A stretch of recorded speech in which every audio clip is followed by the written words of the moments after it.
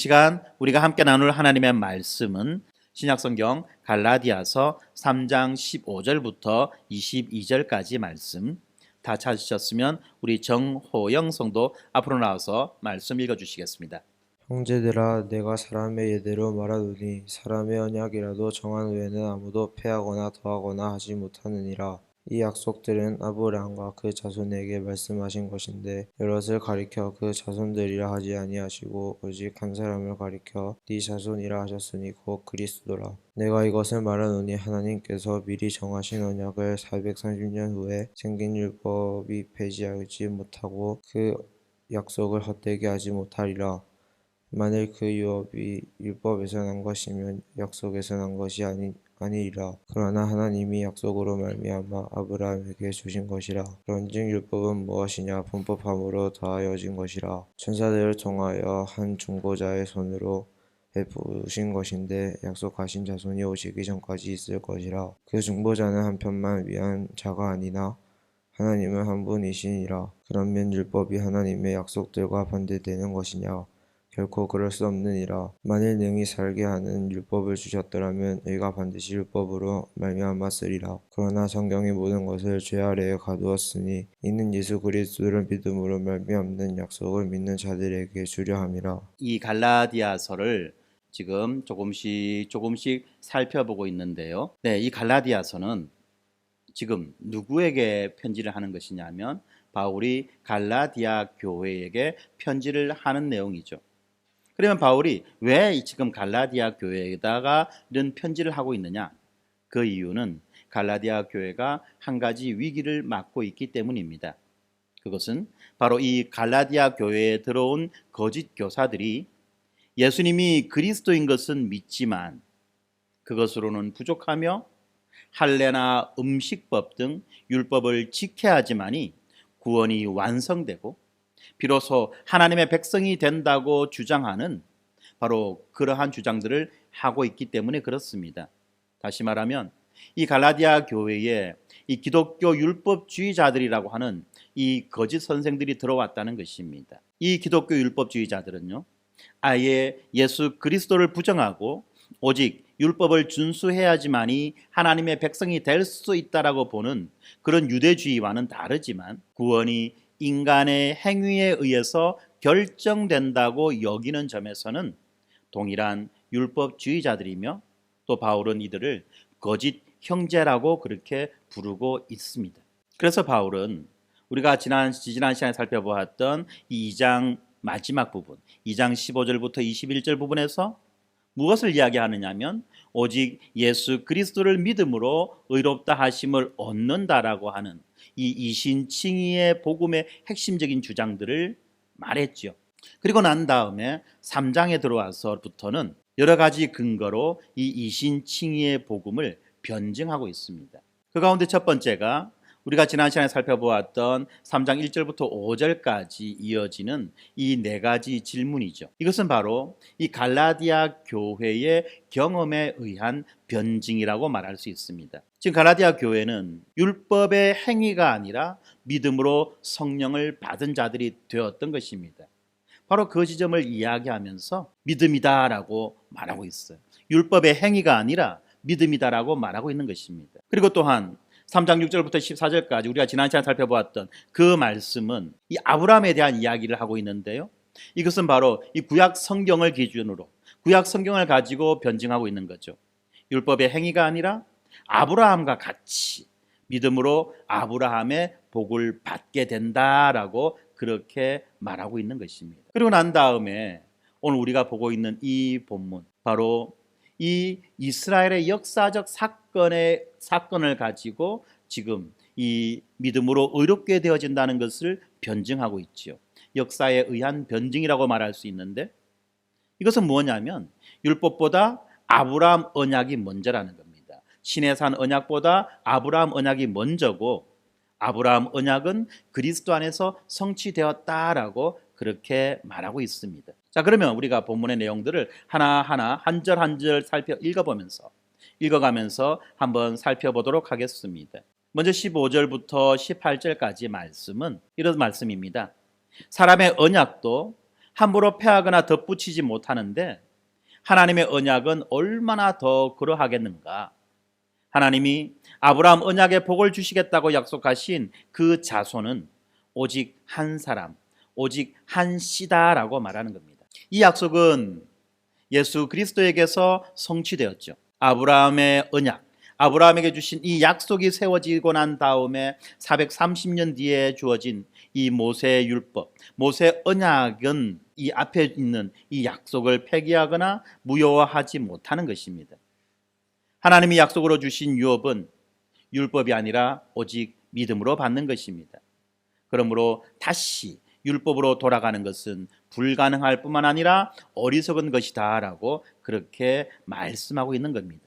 15절에 이렇게 되어 있죠. 형제들아, 내가 사람의 예대로 말하노니 사람의 언약이라도 정한 후에는 아무도 폐하거나 더하거나 하지 못하느니라. 그렇습니다. 사람이 세운 언약, 사람이 세운 약속이라고 할지라도 사람의 서약입니다. 이 사람의 서약이라고 할지라도 한번 정한 다음에 그것을 함부로 무효로 돌리거나 또는 거기에다가 어떤 것을 더 덧붙일 수 없다는 것입니다. 이렇게 사람이 세운 언약도 그러하다면 이 하나님이 주신 언약은 얼마나 더 거룩했냐는 것입니다. 다시 말하면 오직 믿음으로 아브라함에게 약속된 복을 받을 수 있다라고 하는 이 아브라함의 언약은 원래 주어진 내용에서 조금도 변하지 않는다라고 하는 그 말씀인 것입니다. 16절에는 또 이렇게 되어 있습니다. 이 약속은, 그죠? 이 약속은 아브라함과 그 자손에게 하신 말씀하신 것인데 여럿을 가리켜 그 자손들이라 하지 아니하시고 오직 한 사람을 가리켜 내 자손이라 하셨으니 곧 그리스도다라고 말하고 있죠. 다시 말하면 아브라함에게 약속되어져 있는 그 약속의 성취자, 그 약속의 계승자가 누구냐? 바로 예수 그리스도다라는 그 말씀이신 것입니다. 아브라함의 언약에서 하나님은 믿음으로 복을 주시겠다고 약속하셨죠. 그리고 이 약속은 아브라함과 그 자손에게 말씀하신 것입니다. 이때 말하는 이 약속은 하나님이 아브라함과 언약을 맺으셨을 때 하신 것으로 이것은 언약과 같은 의미다라고 말할 수 있어요. 하나님은 아브라함과 그의 자손에게 땅과 그들의 하나님이 되어주시는 복을 은혜로 주실 것을 약속하셨죠. 그리고 이 약속은 인간의 행위가 아니라 오직 믿음으로 받는 것입니다. 이때 우리가 약속이라고 하는 이 표현을 잘 봐야 됩니다. 약속이라는 이 표현 자체가 바로 하나님께서 은혜로 주실 것이다 라는 의미라는 겁니다. 그리고 이 약속이라고 하는 이 표현 자체가 인간의 행위가 아니라 하나님의 행위다라고 하는 것을 말해주고 있어요. 그런데 이 약속의 대상, 이 약속의 수혜자는 누구입니까? 아브라함의 자손인데 그것은 많은 자손이 아니라 오직 단 한 사람, 오직 단 한 사람, 바로 예수 그리스도다라고 바울은 말하고 있습니다. 우리는 이렇게 약속으로 오는 자손, 약속으로 오는 그 자손에 대한 이야기가 이미 창세기 3장 15절부터 기록되어져 있다는 것을 우리는 알고 있습니다. 창세기 3장 15절은 여자의 후손에 대한 말씀입니다. 거기에서 이 여자의 후손은 여러 많은 후손이 아니라 단 한 명의 후손을 말하고 있습니다. 뿐만 아니라 이 그리스도의 예표로 주어진 아브라함에게 주어진 아들도 단 하나의 한 명의 아들을 지칭하고 있죠. 그 아들은 누구입니까? 바로 이삭이라고 하는 아들이에요. 아브라함이 이삭을 낳기 전에 이스마엘을 낳았습니다만 하나님은 그 이스마엘을 약속의 자손으로 인정하지 않으셨죠. 왜냐하면 그것은 하나님의 그 약속을 믿는 믿음으로 낳은 자식이 아니라 인간의 노력으로 얻은 자식이었기 때문에 그랬다는 것입니다. 그리고 우리가 성경을 통해서 알 수 있듯이 아브라함이 이삭을 낳고 난 다음에도 여러 아들을 낳았습니다. 여러 자손을 낳았습니다. 그런데 그 자손들도 그 아들들도 하나님께서 약속의 아들로 인정하지 않고 단 하나 하나님의 방식으로 오직 믿음으로 낳은 그 자식 그 이삭만 약속의 자식이라고 그렇게 인정하셨습니다. 그리고 이 이삭은 바로 예수 그리스도의 예표로서 구약에서 등장하고 있습니다. 이 자손이라고 말하니까 좀 막연한 표현인 것 같아요. 그런데 성경은 이것을 자손이라고 말하지 않고 직접적으로 뭐라고 말하느냐 하면 씨라고 말합니다. 씨. 여자의 후손이라고 말하는 것도 씨라고 말되어 있고요. 아브라함의 후손이라고, 아브라함이 약속된 자손이라고 말하는 것도 아브라함의 씨라고 말하고 있습니다. 이 씨, 이 한 알의 씨, 이 씨가 의미하는 것이 누구냐? 바로 예수 그리스도다라고 그렇게 말하는 것입니다. 그렇습니다. 이 창세기 3장 15절 그리고 창세기 15장에 나와 있는 이 아브라함에게 약속된 자손, 이 여자에게 약속된 자손, 바로 그 씨는 결국 다윗의 씨인 그리스도를 통해서 성취되어집니다. 바울은 지금 무엇을 말하려고 하는가 하면 아브라함의 언약은 하나님이 주신 약속이다. 그리고 그것은 예수 그리스도를 통해서 성취되었다. 그렇기 때문에 이 율법이라고 하는 것은 이 약속과 성취라고 하는 그 큰 흐름에서 보면 주된 것이 아니라 오히려 부차적인 것이다라고 그렇게 말하고 있는 것이에요. 많은 사람들은 이 아브라함에게 주신 이 약속과 모세 언약, 모세에게 주신 그 율법을 같은 선상에 놓고 비교하려고 합니다. 그런데 바울은 뭐라고 말하느냐면 갈라디아서에서 3절에 보면 내가 이것을 말하노니 하나님께서 미리 정하신 언약을 430년 후에 생긴 율법이 폐기하지 못하고 그 약속을 헛되게 하지 못하리라 라고 말하면서 아브라함에게 주신 그 언약을 약속이라고 말하고 모세와 세운 그 언약을 뭐라고 말하느냐 하면 율법이다라고 말하는 거예요. 다시 말하면 율법보다 430년 앞서서 미리 주신 그 아브라함 언약을 율법이 폐기하거나 무효화시키지 못한다는 거예요. 그런데 유대인들은, 그리고 또 많은 사람들은 어떻게 생각하느냐 하면 이 아브라함의 언약을 모세 언약 때 주신 그 율법이 완전하게 한다라고 생각한 것입니다. 그런데 바울은 분명히 말하기를 이 두 개의 언약은 서로 다른 것이다라고 말하고 있다는 것입니다. 어디서 다릅니까? 아브라함 언약은 하나님의 은혜의 약속이 있어요. 그리고 오직 믿음으로 그것을 받는 약속인 것입니다. 그런데 모세 언약은, 다시 말하면 이 율법은 뭘 해야 됩니까? 율법은 믿어야 됩니까? 행해야 됩니까? 율법은 행해야 하는 거예요. 그죠? 율법은 행하는 것입니다. 다시 말하면 이 율법은 이 율법의 행위를 사람이 완전하게 지켜야지만이 복을 받는다라고 하는 그러한 언약이라는 것입니다. 그런데 많은 사람들은 이 두 개의 언약의 특성을 혼돈하고 이 두 개의 언약의 우선순위를 혼동하는 것입니다. 특별히 이 근대적인 법 개념에 따르면, 우리 아이들 배웠을 건데, 근대적인 법 개념으로 따르면 구법이 있고 신법이 있어요. 옛날 법이 있고 새로운 법이 있습니다. 그러면 어떤 법이 먼저 우선적으로 적용됩니까? 신법이 우선적으로 적용돼요. 옛날 법은요, 새로운 법이 생기면 효력을 잃어버립니다. 이것을 신법 우선의 법칙이다 말하죠. 신법 우선의 원칙이에요. 뿐만 아니라 법은 여러 가지 단계가 있죠. 그랬을 때 하위법보다는 상위법이 먼저 우선합니다. 그렇기 때문에 두 개의 법 사이에 어떤 충돌이 생기면 항상 어떻게 보느냐 하면 새로운 법, 신법을 먼저 봐야 되고 그 다음에 상위에 있는 법을 먼저 보는 거예요. 그래서 이것을 뭐라고 말하느냐? 상위법 우선의 원칙이다라고 말하죠. 그렇게 말할 때 상식적으로, 여러분들 아시죠? 이 법체계, 법의 우선 순서 무엇이 있습니까? 제일 위의 법, 모든 법 중에 법이 뭐죠? 헌법, 그죠? 그리고 그 다음에 헌법 밑에 뭐가 있나요?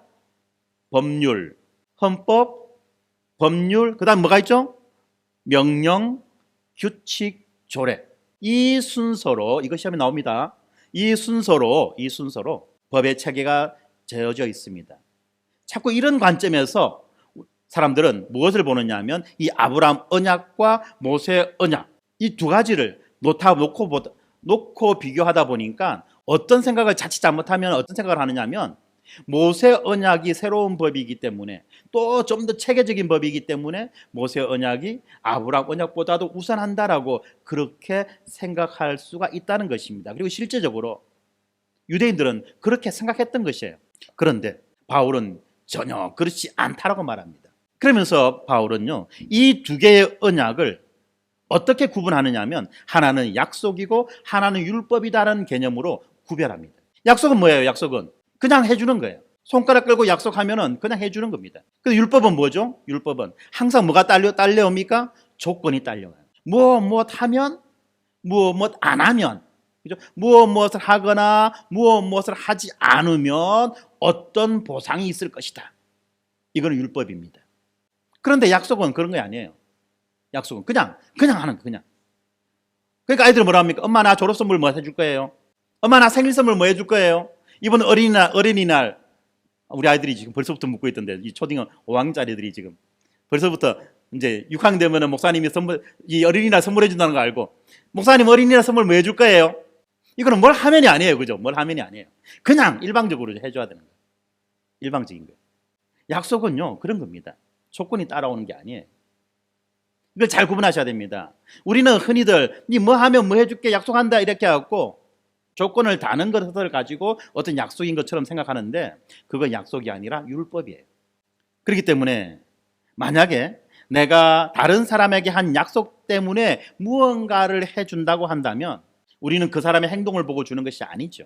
그리고 만약에 우리가 다른 사람의 그 어떤 행동 때문에 무엇을 해준다면 그것은 내 약속 때문이 아니라는 거예요. 이렇게 약속과 율법은 엄격하게 구분되어져야만 하는 것입니다. 그래서 바울은 지금 집요하게 묻는 거예요. 약속은 은혜입니다. 그러나 율법은 은혜가 아니라 행위죠.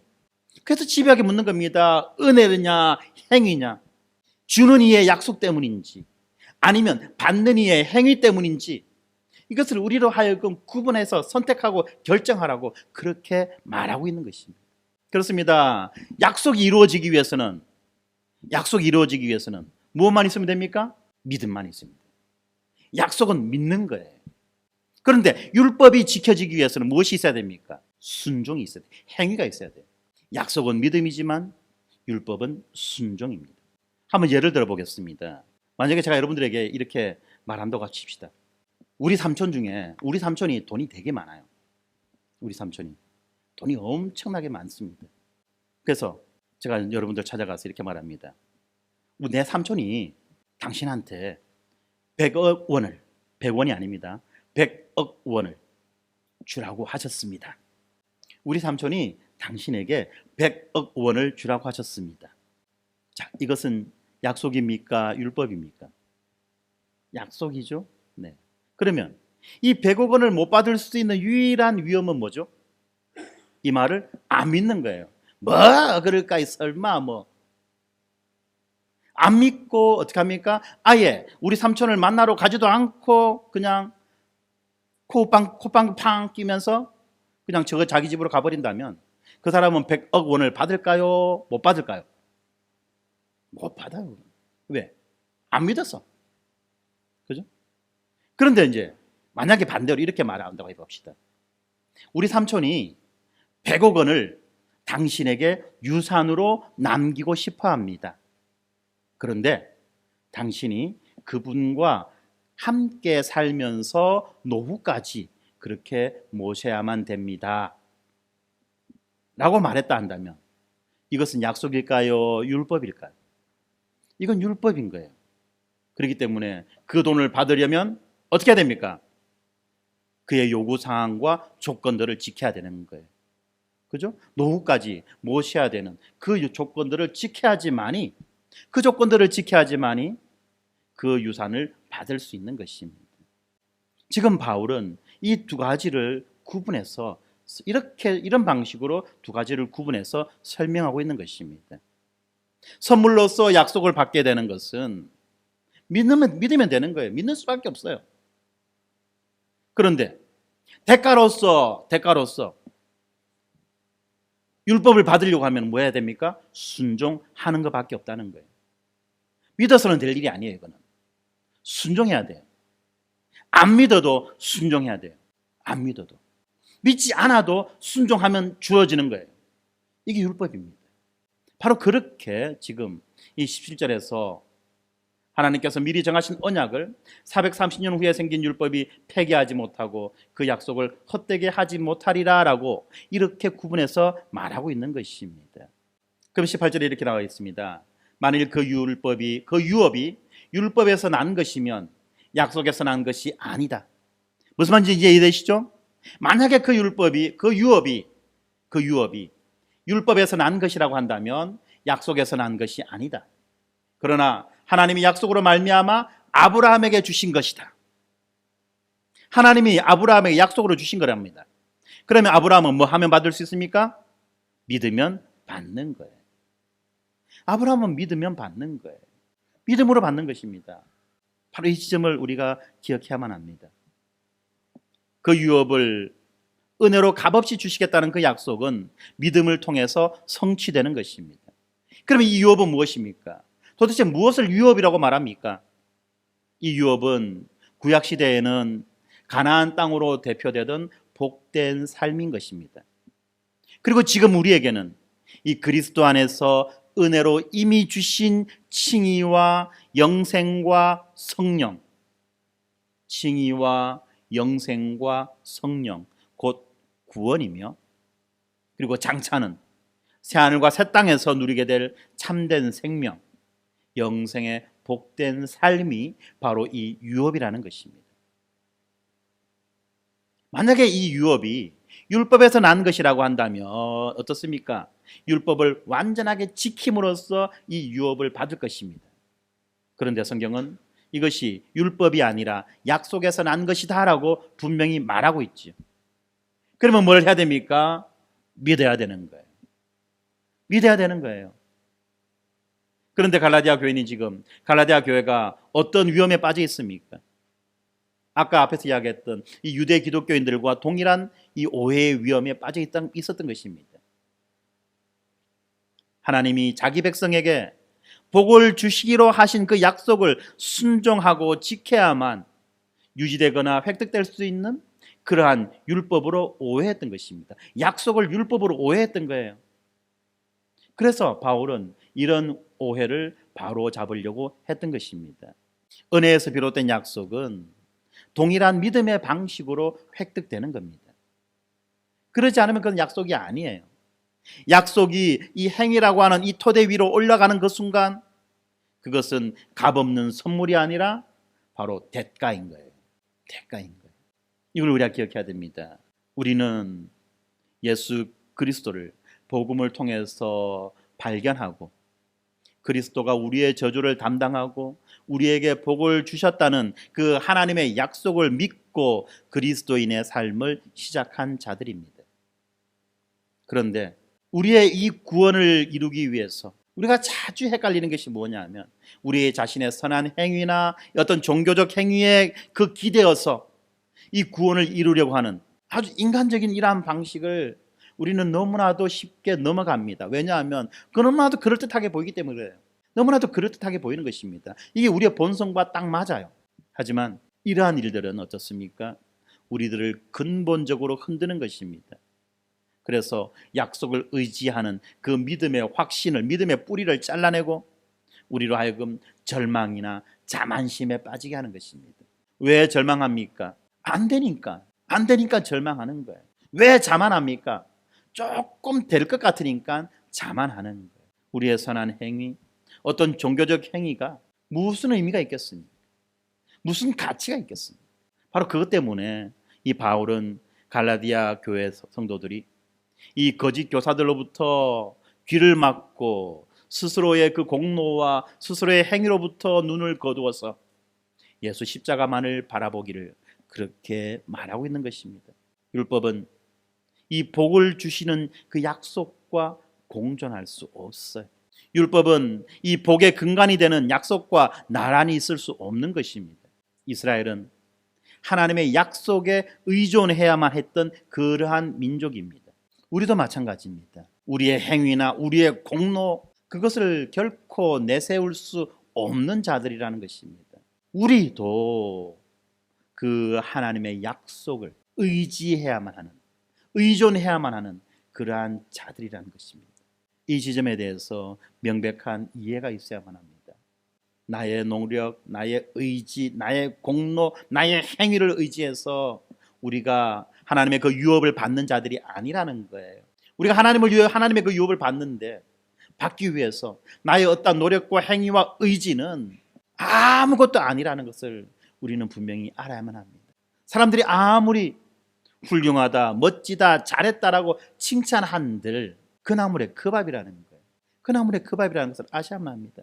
하나님 앞에서, 하나님의 그 영광의 빛 앞에서 너무나도 초라하게 드러날 수밖에 없는 그러한 것이라는 것을 우리는 분명히 알아야만 합니다. 그러면 자연스럽게 이런 질문을 할 겁니다. 그러면 왜 하나님은 우리에게 율법을 주셨나? 약속만 주고 끝내면 되지. 약속만 주고 우리로 하여금 믿으라고 하면 되지. 왜 하나님 우리에게 율법을 주셔가지고 이렇게 헷갈리게 만든단 말이냐? 바로 그 이유가 이어지는 19절부터 나오는 내용에 담겨져 있습니다. 그것은 바로 무엇 때문이냐? 이 사람의 죄가 하나님의 거룩한 율법에 불순종하는 범법임을 드러내고 율법의 저주 아래 있는 죄인임을 드러내기 위해서라는 것입니다. 율법은 부차적인 것이죠. 일시적인 것입니다. 예수 그리스도가 오실 때까지만 그 역할을 감당하는 것입니다. 모든 율법은 모든 사람을 정죄하며 죄의 권세와 지배 아래에 가두면서 오직 예수 그리스도를 믿음으로만 약속하신 그 유업을 얻는다는 것을, 예수 그리스도를 믿어야만이 약속하신 그 유업을 얻는다는 것을 알려주는 그 역할을 하는 것이 바로 이 율법이 하는 일이라는 것입니다. 19절에 보면 이렇게 되어 있습니다. 그런즉 율법이 뭐냐? 율법은 도대체 뭐 하는 거냐라는 거죠. 그리고 그에 대한 대답은 범법함으로 더하여진 것이다 라고 그렇게 말합니다. 무슨 말이냐면 율법은 사람들이 죄를 범하기 때문에 주신 것이라는 거예요. 그리고 아브라함 언약과 그것을 성취하는 예수 그리스도 사이에서 아주 특별한 구속사적 목적을 가지는 것이 이 율법이라는 것입니다. 좀 더 쉽게 설명하면 이렇습니다. 율법은 구원이 아니라 죄가 무엇인지 알려주고 모든 사람이 죄인인 것을 드러내는 것입니다. 율법은 우리가 이 불법자임을 드러내는 것입니다. 우리가 완전하게 율법을 지킬 수 없으므로 결국 우리에게서 어떠한 해결책이 나올 수 없다는 것을 밝혀서 구원자이신 예수 그리스도의 필요성을 우리에게 알려주는 거예요. 네 힘으로 안 된다. 네 능력으로 안 되고 네 노력으로 안 되고 네 애쓰는 그걸로 안 된다는 것을 우리에게 알려주는 것이 바로 이 율법이라는 것입니다. 그리고 또한 이 율법은 어떻습니까? 죄의 정욕을 자극합니다. 죄를 증가시켜요. 율법이요, 죄의 정욕을 자극하고 죄를 증가시킵니다. 그래서 우리가 죄의 건세 아래에 있다는 것을 더욱 드러내는 것입니다. 사람의 심리가 어떻습니까? 하지 말하면 더 하고 싶어요. 말 안 하고 있을 땐 생각도 안 했는데 갑자기 무슨 말을 하니까 막 땡기는 거예요. 하지 말하면 더 하고 싶고, 먹지 말하면 더 먹고 싶고, 보지 말하면 더 보고 싶은 것이 사람 아닙니까? 근데 그건 사람인데 어떤 사람입니까? 죄인인 사람의 모습인 거예요. 그것이 바로 사람이 죄인이라는 증거라는 것입니다.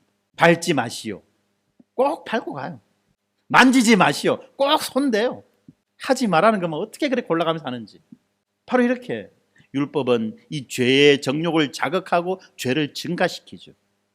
그래서 그가 누구인지를 더욱 선명하게 드러내는 것입니다. 또 이야기합니다. 율법은 뭐냐? 천사들을 통하여 한 중보자의 손으로 베푸신 것인데 약속하신 자손이 오시기까지 있을 것이다. 다시 말하면 약속하신 그 자손이 오면 율법은 끝난다는 거예요.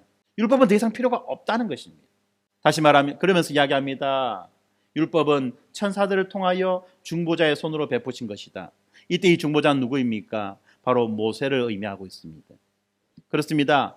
이 율법이 우리에게 주어지는 방식과 약속이 우리에게 주어지는 방식은 다르다는 것입니다. 약속은 하나님께서 직접 아브라함을 찾아오셔서 아브라함에게 직접 해주신 것이죠. 우리가 소위 말하는 그 횃불 언약이라고 하는 그 장면을 상상해 본다면 더 잘 알 수 있을 것입니다. 아브라함은 무엇을 했습니까? 짐승을 잡아서 쪼개와 놓은 거예요. 짐승을 잡아서 쪼개놓고 양쪽으로 벌려놨어요. 길을 만들어놨어요. 이제 무엇을 해야 됩니까? 원칙대로 한다면 약속을 맺는 약속을 맺는 그 갑과 을이 쌍방이 손에 손을 잡고 또는 앞서거니 뒤서거니 왕은 앞에 가고 신하는 뒤에 가면서 그 쪼개놓은 짐승 사이를 지나가야만 되죠. 그 짐승이 쏟아놓았던 그 피를 처벅처벅 밟으면서 짐승의 몸에서 쏟아나온 그 내장을 척척척 밟으면서 그 사이를 지나가야만 하는 것입니다. 그것은 무엇입니까? 너와 나 둘 중에 하나 이 약속을 어기면 반드시 죽는다 라는 것을 생생하게 그림처럼 보여주는 거죠. 그런데 하나님이 아브라함과 맺으셨던 이 약속은, 이 언약은 어떻습니까? 아브라함은 지나가지 않았어요. 아브라함은 오히려 잠을 자고 있었어요. 하나님께서 홀로 그 사이를 지나가시고 하나님께서 일방적으로 그 약속을 해 주셨던 것입니다. 그런데 모세 언약은 어떻습니까? 성경은 뭐라고 말하느냐면 천사를 통해서 하나님께서 천사를 통해서 모세에게 주시고 모세가 다시 이것을 가지고 백성들에게 가서 그렇게 이 약속이 이 언약이 체결되어지는 것입니다. 약속이 아니죠. 이 언약이 체결되어지는 것이고 그리고 이 율법에 주어지는 것입니다. 이 율법이 주어지는 것이에요. 그러면 하나님께서 직접 주신 것이 더 상위입니까? 하나님께서 통해서 그렇게 주신 것이 더 상위입니까? 하나님께 직접 주신 것이 더 상위 아니겠습니까? 그러니까 이 모세 언약과 아브라함의 언약 이 두 가지는 무엇으로 놓고 보더라도 질적인 의미를 놓고 보더라도 어떤 이러한 주어지는 그런 과정들을 놓고 보더라도 아브라함 언약인 모세 언약은 이 아브라함 언약에 비할 바가 되지 않는다는 것입니다. 약속은 율법보다 분명히 뛰어나고 또한 우월합니다.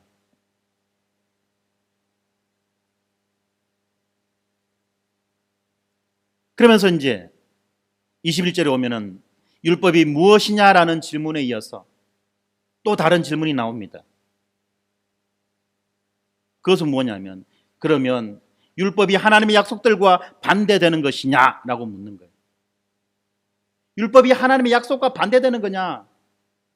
그러면 율법이 하나님의 약속들과 반대되는 것이냐? 결코 그럴 수 없느니라. 만일 능히 살게 하는 율법을 주셨더라면 의가 반드시 율법으로 말미암았으리라 라고 말합니다. 율법이 하나님의 약속들과 반대되는 거예요. 그렇습니다. 지금까지 설명을 들어본다면 이 율법과 약속은 서로 반대되는 것처럼 보입니다. 율법은 행위이고 또 저주로 이어집니다. 왜? 결코 지킬 수 없기 때문에. 그리고 약속은 어떻습니까? 믿음이요. 또한 그것이 바로 복으로 이어지고 있죠. 하나는 저주로 이어지고 하나는 복으로 유업으로 이어지는 거예요. 그러니까 보니까 이 율법과 약속은 서로 반대되는 것처럼 보인다는 거죠. 그런데 성경은 뭐라고 말합니까? 이것은 서로 모순되지 않는다. 한 분 하나님으로부터 나온 것이 어찌 반대가 되고 모순되겠느냐? 결코 그럴 수 없다라고 말합니다. 자, 이것을 한번 설명해 보겠습니다. 다시 한번 우리가 분명히 알아야 되는 것은 하나님은 결코 이 생명을 주는, 다시 말하면 살게 하는 그런 용도로 율법을 주신 것이 아니라는 것을 알아야만 합니다. 생명을 주기 위해서 율법을 주신 것이 아니라는 것을 알아야 돼요.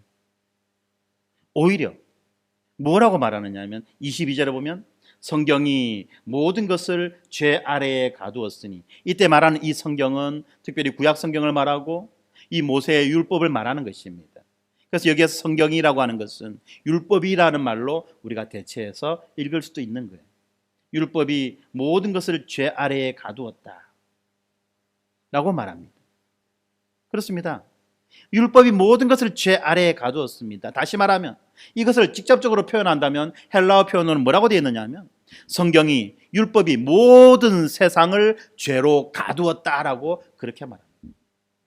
다시 말하면 그 누구도 율법을 지켜서 의에 이룰 수 없다는 것을 말합니다. 오히려 매일매일 율법을 어기기 때문에 오히려 매일매일 율법을 어기기 때문에 죄와 율법의 저주에서부터 헤어나올 수가 없다는 거예요.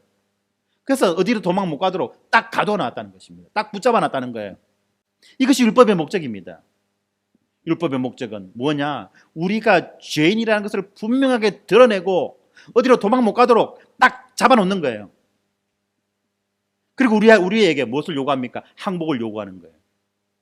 항복해라. 빠져나갈 구멍이 없다. 솟아날 구멍 없다. 항복해라. 무엇을 항복합니까? 어디로부터 항복합니까? 너의 행위, 너의 공로, 너의 의를 가지고 스스로가 구원에 이르려고 하는 모든 시도, 스스로가 그 유업을 획득하려고 하는 모든 시도를 멈추어라 라고 말하는 것입니다. 이것이 율법의 목적이에요. 우리가 하나님의 뜻에 못 미치니까, 우리가 뭐가 잘 안 되니까 곱절의 노력을 해라, 이게 아니라는 겁니다.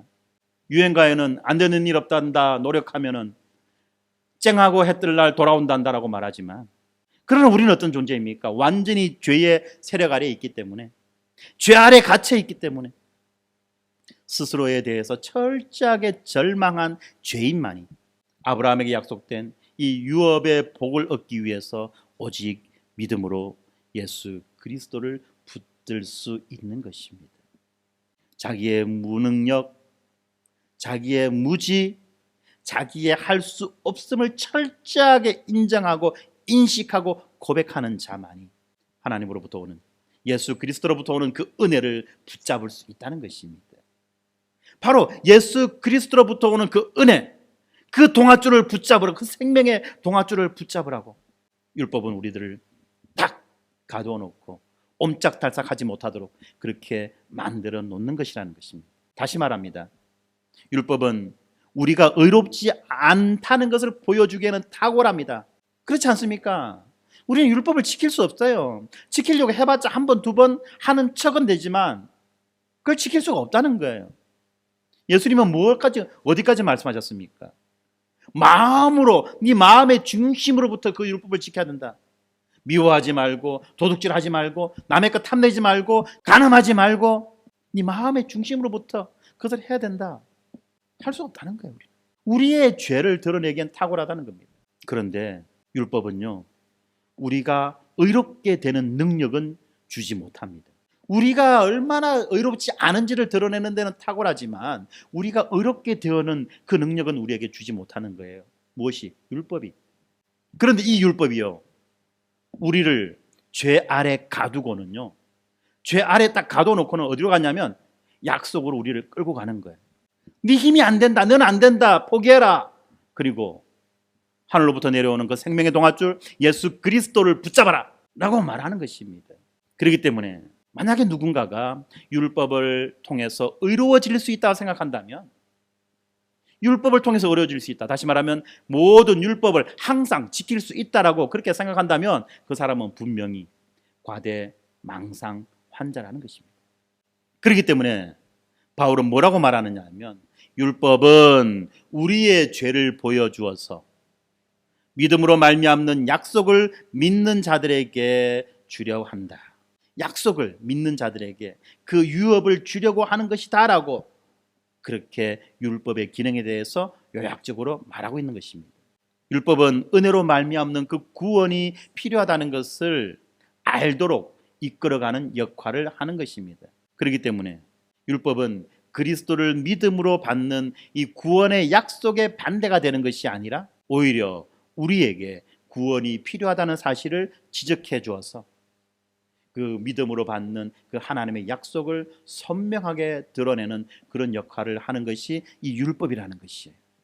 율법은 아브라함 언약이 꼭 필요하며 참되다는 것을 드러내어서 결국 예수 그리스도를 믿음으로만 이 약속의 유업을 받을 수 있다는 것을 확증해 주는 것입니다. 약속과 율법은 서로 작동하는 방식은 서로 다릅니다. 서로 다른 방식으로 작동해요. 그러나 그 목적은 무엇입니까? 믿음으로 의롭게 된다. 오직 믿음으로 약속된 그 유업을 받는 자가 된다 라고 하는 것을 드러내어 보여주는 것입니다. 약속은 긍정적인 방향에서, 율법은 부정적인 방향에서 하나님께서 약속해 주신 그 유업을 받는 자가 되기 위해서는, 율법은 뭐라고 말합니까? 네 힘으로는 안 된다. 네 스스로가 노력하고 애를 써서는 안 된다. 그래봤자 점점점 이 약속의 유업으로부터 멀리 갈 뿐이다. 그러므로 이 율법의 행위를 포기하고 믿음의 행위를, 믿음으로 인한 그 방식을 붙잡아라 라고 율법은 말하고 있는 것입니다. 약속은 무엇을 말합니까? 아브라함을 보아라. 아브라함을 보아라. 아브라함이 하나님 앞에 의롭다라고 그렇게 인정받은 것이 그의 행위 때문이냐 아니면 그의 믿음 때문이냐. 하나님께서 아브라함의 일생을 어떻게 연단시켜 나가지 보아라. 아브라함의 그 행위로 했던 모든 것들을 하나님께서 어떻게 판단하시고 평가하셨는지를 보아라. 아브라함이 했던 그 행위 가운데 하나님이 기뻐하실 만한 행위가 뭐 하나 제대로 있었습니까? 한다고 해봤자 이상한 뻘짓거리하고 하나 놓는 거, 한다고 해봤자 다른 남자한테 지 마누라 팔아 넘기는 거, 뭐 이런 일들 아닙니까? 아브라함이 자기의 행위로 했던 모든 것들을 하나하나 따지고 보면 하나님 앞에 의로 내세울 만한 것이 제대로 없어요. 그리고 그가 했던 모든 것들은 너무나도 당연한 것들 중에 하나였던 거예요. 그렇기 때문에 우리는 아브라함의 일생을 통해서도 하나님께서 그 아브라함의 믿음을 어떻게 다루시고 연단시켜 가시며 그 믿음을 어떻게 자라가게 하셨는지를 우리는 기억해야만 하는 것입니다. 많은 사람들은 이야기합니다. 아브라함이 하나님의 명령을 듣고 하나님의 약속을 듣고 받아서 본토 진척 아비집을 떠난 것은 아니냐, 그건 순종 아니냐 라고 말합니다. 그런데 그 앞부분에 창세기 보면은 이미 아브라함은요 가나안 땅으로 가려고 마음 먹고 있었어요. 진짜 그런가? 한번 나중에 그 창세기 11장 아브라함의 아버지 데라의 이야기를 가만히 보세요. 이미 아브라함은요 자기 아버지 데라하고 같이 가나안 땅으로 가려고 마음을 먹고 있었습니다. 그런 아브라함에게 하나님이 나타나셔서 본토와 친척과 아비집을 떠나 내가 너에게 지시할 땅으로, 지시하는 땅도 아니에요, 지시할 땅으로 가라, 미지의 땅입니다 라고 말합니다. 여기에서 중요한 건 무엇입니까? 떠나라는 거예요. 떠나라. 그래서 아브라함 떠났던 것입니다. 그리고 이곳 저곳을 거쳤어요. 하나님의 음성이 들려지지 않아요. 그런데 마침내 그가 가나안 땅에 도착했을 때 하나님이 그에게 나타나셔서 그에게 말씀하시는 거죠. 네가 보는 이 땅 동서남북 너에게 주겠다라고 그렇게 말씀하신 거예요. 믿음인 것입니다. 믿음이 먼저 있고 그리고 순종은 그 믿음의 결과로서 나오는 거지 순종이 믿음을 이끌어 가지는 않는다는 것을 알아야 돼요. 항상 우리가 기억해야 되는 것, 약속이다. 하나님께서 우리를 구원해 주시겠다라고 하는 그 약속, 하나님께서 성경의 말씀을 통해서 우리에게 주셨던 모든 약속들은 이미 다 성취되어졌고 아직까지 성취되어지지 않은 마지막 한 가지 그 약속, 다시 오시겠다라고 하는 그 재림의 약속, 우리는 이 약속에 성취되는 것을 믿음으로 기다리고 살아가는 자들 아니겠습니까? 그렇게 이 약속, 마지막으로 성취되어져 가는 이 약속을 믿음으로 기다리며 살아가는 자들이 어떠한 자들입니까? 바로 의로운 자라는 것입니다. 사랑하는 성도 여러분, 오늘 우리 본문 말씀 통해서 이 본문 말씀은 우리에게 무엇을 이야기합니까? 약속을 믿는 그 믿음으로 우리는 살아야만 한다는 것입니다. 세상은 우리로 하여금 노력해라, 애써라, 더 노력해라, 더 애써라고 말하지만 성경은 우리에게 말합니다. 믿음이다. 믿음이다. 무엇을 믿습니까? 예수 십자가 복음을 믿는 거죠. 복음은 우리에게 뭐라고 말합니까? 네가 믿음으로 예수 그리스도와 연합함으로 예수 그리스도의 모든 것을 다 받은 자, 다 누리는 자가 되었다라고 말합니다. 이제 우리는 예수 그리스도의 모든 것을 다 받은 자로서 합당한 삶을 살아가야만 하는 것입니다. 그래서 우리는 결코 불안하거나 두려워하거나 안절부절하지 않는 거예요. 이미 다 가진 자로서 안전함으로, 기쁨으로, 평안 가운데 우리는 살아갈 수 있는 것입니다. 보이지 않는데요, 내 손에 없는데요. 그래서 히브리서는 말하지 않습니까? 믿음은 바라는 것들의 실상이요 보이지 않는 것들의 증거들. 아직 내 손에 없으나 이미 받은 자처럼, 아직 가지지 못했으나 이미 가진 자처럼 우리는 그렇게 살아가는 것입니다.